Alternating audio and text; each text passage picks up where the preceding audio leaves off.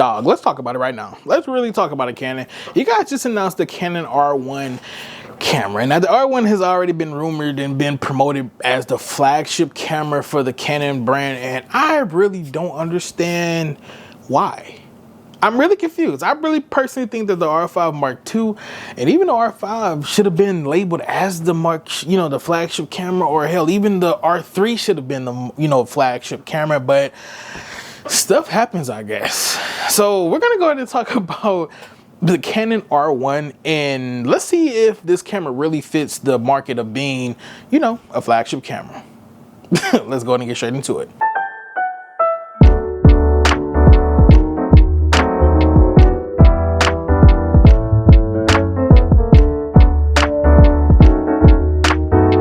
What's going on, you guys? It is CJ Brand here, and today we're going to be talking about the Canon R1. They just went ahead and announced this camera officially today. Today's July the 17th, as rumored as well. They got it announced, you feel me? They're going to be shipping this camera out, I think, starting next month in August. There's some stuff going on websites right now. I don't understand it because I got specs from the R5 Mark II matching with the R1 and vice versa. So we're going to talk about what we know. Let's go and get straight into it. So as you guys know, like I said, the Canon R1 has been, promoted as the flagship camera for, Canon brands for some odd reason. I have no idea.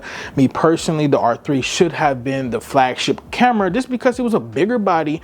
It met the the same aspect of the previous flagship camera that Canon had. I think it was the 1DX or something like that. They dropped that. The features match. Why wasn't that the flagship camera, Come on now, what happened? So let's go ahead and get into it though. So looking at the Canon R1, if we're going to go ahead and compare apples to apples, the Canon R1, it is a lot bigger than the actual R3. It's the same almost like body type, pretty much, in my opinion. Like when it comes down to texture wise and layout wise, it looks the same. There is a couple of hidden features on this Canon R1. Me personally, I don't know too much in regards to the R3. I'm a content creator out here. I'm making content in regards to Canon and cameras itself, so I'm not going to dig too deep into all of the specs, you feel me? Because we don't do that here. We just talk about it and we gonna deliver. So starting with the first feature that I do love about this Canon R1, I forgot to mention in my R5 video as well, they both come with a weather sealed locking hot shoe mount. Now what that is, it is going to be like the traditional hot shoe mount. I don't have my hot shoe mount. This is my R8.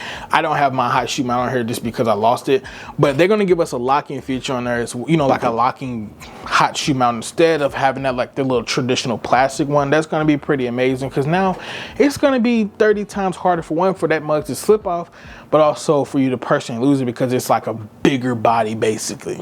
So we also do have a brand new EVF system in this camera as well. This new EVF system is so freaking humongous. I personally love it. That's the only reason I would personally buy the camera, I ain't gonna lie, because I love tech.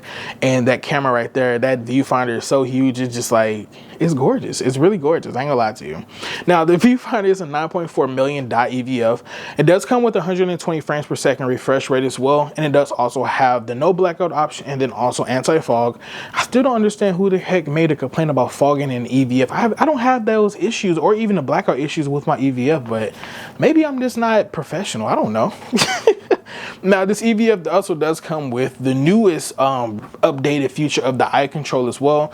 The R3 had this feature in there and people were complaining about it just because it was kind of bad, but some reports are coming out now that the new one is coming out. It's a little bit better. It's a second version of it, so hopefully it is an upgrade. So I guess I don't have the privilege to work with things like that, that's above my pay grade, you feel me? I was about to buy the R3 before, but like I said, it would just, the R5 had 45, the R3 had 24. Well, I was like, I like 45 because it's bigger. It is what it is. Now, we also do have the same exact LCD screen found on the R5 Mark II that's going to be inside the R1 camera as well. So it's going to be the same exact 2.1 million dot 3-inch screen, same exact rotations. There's nothing really different. It's this, boom, boom, flip around, boom, open back up, flip around, close. It's nothing too fancy. Now, also in this R1 as well, we do now get the full HDMI support on the camera as well. I'm so happy they're doing this because like I said, I broke mine literally the day I was dropping the rumor video. So I just knew something was going to happen, man. I'm just telling Canon, thank you so much once again for listening and doing this. kudos to you guys. I'm happy. It's about time. It's really about time. Now, also in this R1 as well, this is a feature that I actually read in regards to the R5 Mark II about illuminated buttons. They actually put it on the R1 instead, and I think the R3 probably had it too. But every button on the R1 is now going to be illuminated as well. So somebody made a point talking about if you're shooting like in a dark event or just shooting in the dark, you can now see the buttons. That's really the main reason why I did get the R3 over the R6 as well, because they had that LCD screen at the very top. I was just like, bruh, you got the lamp on there, I can see it, I'm cool. You know, be good, you know. But on the R1, every button on there is pretty much illuminated, so that's going to be a pretty amazing feature as well. Now let's go ahead and talk about dual pixel as well.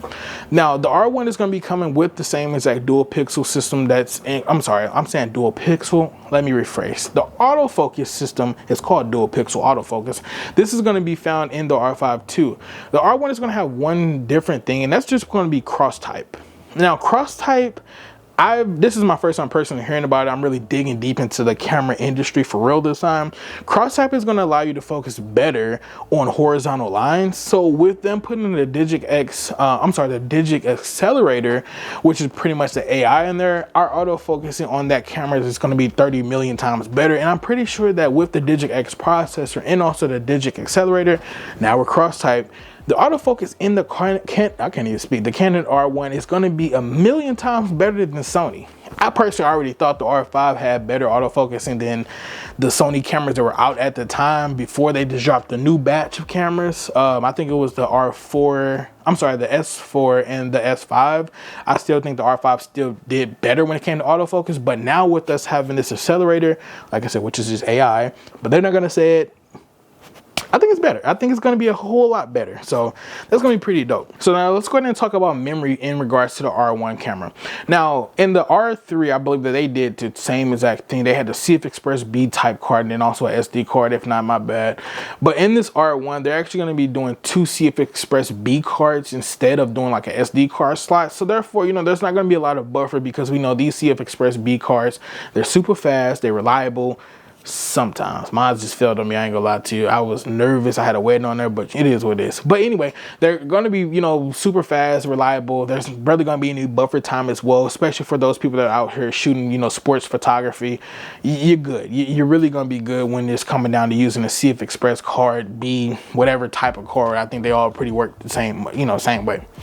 But let's go get into the video specs. Now the video specs on this R1 pretty much are the same as well that we do have in the R5, and that's why I asked that question in the R5 video. I'm like, how the heck does Canon say the Canon R1 is really a flagship camera when we pretty much have almost 100% of the same features in the R5 Mark II?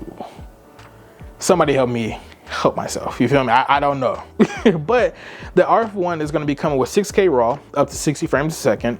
It also is going to offer 2K and also 1080p options oversampled from 4K footage as well, so that's going to be pretty cool. We already, you know, seeing the oversampled in every camera that we do have. All the newer cameras, I'm gonna say everything is pretty much oversampled. Now we also do get the option of shooting C-Log 2 inside of the R1 camera as well, so that's going to be pretty amazing as well. Now this is another feature I did forget to mention in the R5 Mark II video. So the R5 Mark II is officially going to be receiving waveforms, but in the R1 we don't receive it in the flagship camera, so that's amazing.